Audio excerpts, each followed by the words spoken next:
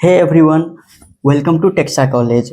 और आप देख सकते हैं बोर्ड पे मैंने कुछ चीज़ें मेंशन करके रखा हुआ हूँ। तो इसी को डिस्कस करते हैं। तो इसे डिस्कस करने से पहले मैं आपको एक चीज़ बताता हूँ। देखो, मैं एक वर्किंग प्रोफेशनल हूँ और मैं एक आईटी सेक्टर में एज अ डेवलपर काम कर रहा हूँ, ठीक है ना।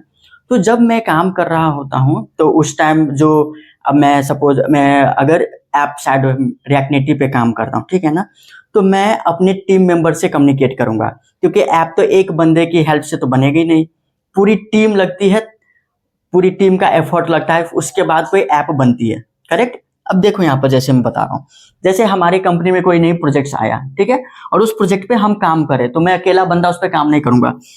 सपोज कोई यूट्यूब का ऐप ही हम बना रहे हैं, सपोज यूट्यूब ऐप बना रहे हैं, एग्जाम्पल के लिए बता रहा हूँ। तो उसमें क्या है कि फ्रंट एंड वाले काम करेंगे, बैक एंड काम करेंगे, टेस्टर काम करेंगे, इवन आपका जो डिजाइनर होता है, डिजाइनर भी काम करेंगे, ठीक है।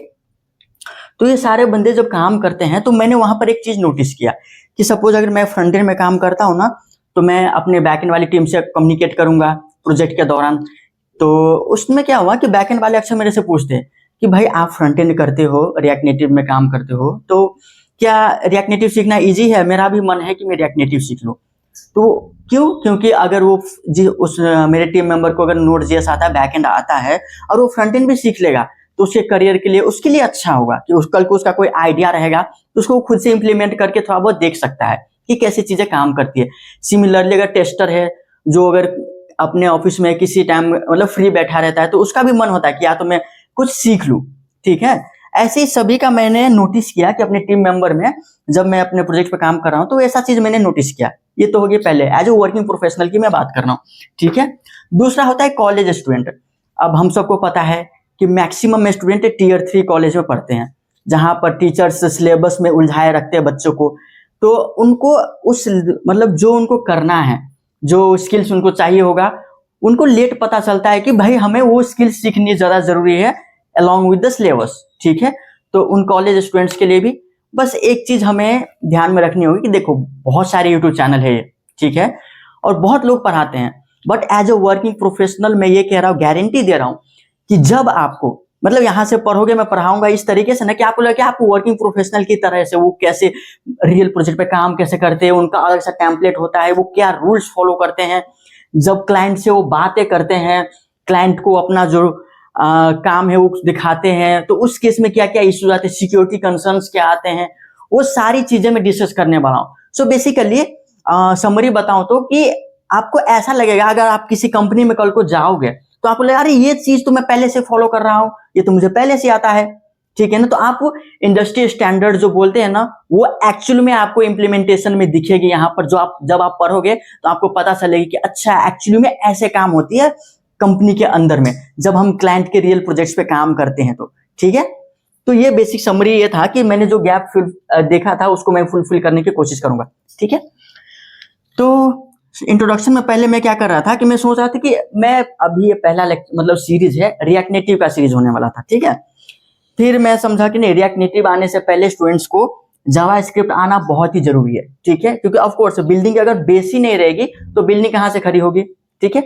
तो मैं ये आज तो फर्स्ट लेक्चर है, इंट्रोडक्शन सीरीज है, जिसमें मैं आपको बता रहा हूँ कि अब मेरा जो नेक्स्ट लेक्चर आने वाला है वो जावा स्क्रिप्ट के ऊपर होने वाला है। सो बेसिकली मैं कंप्लीट इस पे एक सीरीज ही बनाऊंगा, ठीक है, जावा स्क्रिप्ट पे।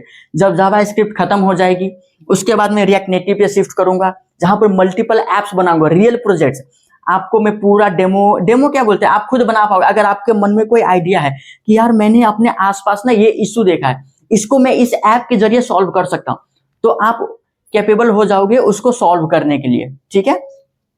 जब जावा स्क्रिप्ट रिएक्ट नेटिव खत्म हो जाए तो उसके बाद बहुत सारी चीजें इस चैनल पे आने वाली है, node JS, react JS, next JS, AIML, everything, extra curricular activities, वो मैं आपको आगे बाद में डिस्कस करूंगा इस टॉपिक को लेके, ठीक है। तो ये है। अब एक और चीज मुझे जो इंपॉर्टेंट चीज है आपको बतानी है वो है थ्योरी। जो भी थ्योरी सेक्शन है वो मैं आपको बोर्ड पे बताऊंगा, मैक्सिमम चीजें बोर्ड पे बताऊंगा, क्यों? सो दैट हम अच्छे से कम्युनिकेट कर पाए, ठीक है। और जो प्रैक्टिकल वाली चीजें ऑफ कोर्स वो कोडिंग के जरिए हम डिस्कस करेंगे। तो ओवरऑल ये है। अब ये आप देख रहे होंगे जॉब इंटर्नशिप या फिर हायरिंग ओपनिंग्स, ठीक है, ये बहुत ही इंपॉर्टेंट चीजें हैं। देखो, आप सब कॉलेज में हो या कोई वर्किंग प्रोफेशनल है, जब कोई कॉलेज स्टूडेंट है ना और वो अपने सीनियर से बात करते हैं, उनके सीनियर किसी कंपनी में काम करते हैं, या तो उस टाइम क्या होता है कि जूनियर्स पूछते रहते हैं पहला कि भैया क्या स्किल सीख लूं। और जब वो स्किल सीख लेते हैं फिर वो नेक्स्ट स्टेप पे जाते हैं कि क्या आपके कंपनी में कोई ओपनिंग्स है, कोई जॉब की रिक्वायरमेंट है तो आप मुझे बता दो ताकि मैं अपना रिज्यूमे भेज के मैं अपने आप अप्लाई कर सकूं, ठीक है। बट यहाँ पर सबसे बिगेस्ट पॉइंट आ रहा है इस चैनल का। देखो, मैं कंपनी में काम करता हूँ, मुझे पता रहता है कि हमारे कंपनी में कौन सी डेवलपर की कौन सी रोल के लिए हायरिंग चल रही है, वो सारी चीजें मैं आपके साथ शेयर करूंगा। आप अपना रिज्यूमे भेजना मेरे पास और मैं आगे उसको फॉरवर्ड करूंगा। बट उससे पहले आपका मतलब वो प्रोसीजर होगा जहां पर मैं आपका खुद टेस्ट लूंगा कि भाई आपका मतलब रेज्यूमे शॉर्टलिस्ट करूंगा। फिर मैं अपने कंपनी में मेरे जो भी कलीग्स हैं उनके कंपनी में मैं डिस्कस करता रहूंगा कि भाई आपके पास कोई ऑफर है, अपॉर्चुनिटी है आपके कंपनी में, किसी को मीन्स हायर कर रहे हैं, तो वहां पर मैं आपके साथ ये सारी चीज डिस्कस करूंगा। सो बेसिकली जिनका कोई नहीं है, जैसे मैं कॉलेज में था मेरा कोई नहीं था, मैं स्किल सीखा और खुद के मतलब कोई नहीं था, फिर मैं उन्हीं के लिए बेसिकली कह रहा हूँ कि अगर आपके पास स्किल है बट आपके पास कोई रेफरेंस या कुछ भी चाहिए, आई एम हियर, ठीक है ना। तो टेंशन की बात नहीं है, बस आराम से ये सारी चीजें सीखो, ठीक है। एक और चीज, अभी 2026 से एआई का इतना ज्यादा इम्पैक्ट पड़ रहा है, एआई ये कर रहा है वो कर रहा है, उस केस में ये सारी स्किल्स सीखना रेलिवेंट है या नहीं, नेक्स्ट पे मैं इस पे भी बात करूंगा, ठीक है। बट उससे पहले मैं स्टार्ट कर दूंगा अपना जावास्क्रिप्ट का सीरीज, ठीक है। तो बस ये इंट्रोडक्शन सीरीज था, यही आज के लिए। नेक्स्ट वीडियो में हम मिलते हैं जहां पर मैं अपना सीरीज स्टार्ट करने वाला हूं।